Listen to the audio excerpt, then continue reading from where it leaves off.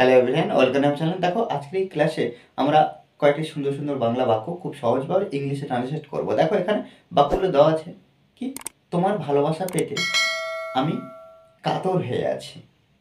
এই যে কাতর হয়ে আছি, হ্যাঁ সত্যি আমি চাই 2024-এ আবার নতুন করে যেন সমস্ত বন্ধুদের অর্থাৎ তোমাদের ভালোবাসা পেতে পারি। ওকে, যাতে জীবনের সফলতা শিখরে পৌঁছতে পারি। ওকে, দেখো এখানে বাক্যগুলো কি, তোমার ভালোবাসা পেতে আমি কাতর হয়ে আছি। এই যে কাতর হয়ে থাকা, এটাকে ইংলিশে কিভাবে বলবো? দেখো এখানে এই যে কাতর হয়ে আছি অথবা মরিয়া হয়ে উঠেছি অথবা তর সইছে না, এর জন্য আমরা যে এক্সপ্রেশনটা ব্যবহার করবো সেই এক্সপ্রেশন হলো কি, আই অ্যাম ডাইং টু। এই যে আই এম ডাইং টু, এটা কিন্তু প্রত্যেকবারে আমরা এই ধরনের এক্সপ্রেশনের জন্য ব্যবহার করব।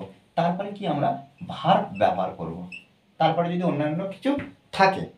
ওকে, দেখো এখানে যে বাক্যটা তোমার ভালোবাসা পেতে আমি কাতর হয়ে আছি, এই যে কাতর হয়ে আছি, আই অ্যাম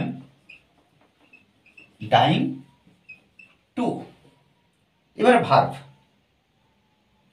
কি, ভালোবাসা পেতে, তাহলে এখানে আমরা লিখব কি, যে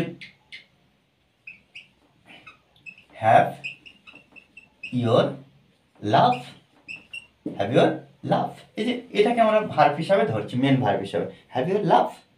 তোমার ভালোবাসা পেতে আমি কাতর হয়ে আছি। তারপর কি, আমার অনুভূতি প্রকাশ করতে মরিয়া হয়ে উঠেছি। কে না, আমি। আই অ্যাম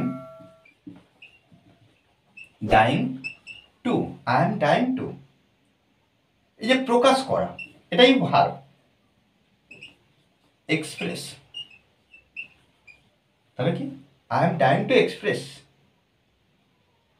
কি, এই যে প্রকাশ করতে মরিয়া হয়ে উঠেছে আমি, আমার অনুভূতি, মাই ফিলিংস, মাই ফিলিংস। ওকে, মাই ফিলিংস, আমার অনুভূতি প্রকাশ করতে মরিয়া হয়ে উঠেছে। এক কাপ কফি খাওয়ার জন্য আমার আর তর সইছে না। একইভাবে কি করব না, I am dying to, I am dying to, I am dying to. আমার তর সইছে না, কেন না, এক কাপ কফি খাওয়ার জন্য। তাহলে টেক, এটাই verb. To take a cup of, cup of কি, কফি। ওকে, একটি নতুন চাকরি খুঁজে পেতে আমি মরিয়া হয়ে উঠেছি। তাহলে কি, I am dying to, I am dying to. এই যে পেতে, তাহলে এটা দেখো ভার্ব হিসাবে আমরা ব্যবহার করব। আমরা পেতে বা খুঁজতে একইভাবে আমরা সার্চ ব্যবহার করব, search for a new job. Okay, দেখো এইভাবে কিন্তু আমাদেরকে ভালো করে ব্যাপারটা বুঝতে হবে, কোন এক্সপ্রেশন ব্যবহার করা হচ্ছে। এই ধরনের বাংলা বাক্য নতুন নতুন সংগ্রহ করতে হবে, করে আমাদেরকে বারবার প্র্যাকটিস করতে হবে। প্র্যাকটিসের বিকল্প কিছু হয় না। আমরা যত প্র্যাকটিস করবো ততই শিখবো।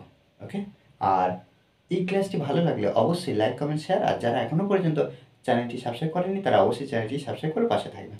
ওকে, thanks for watching this video.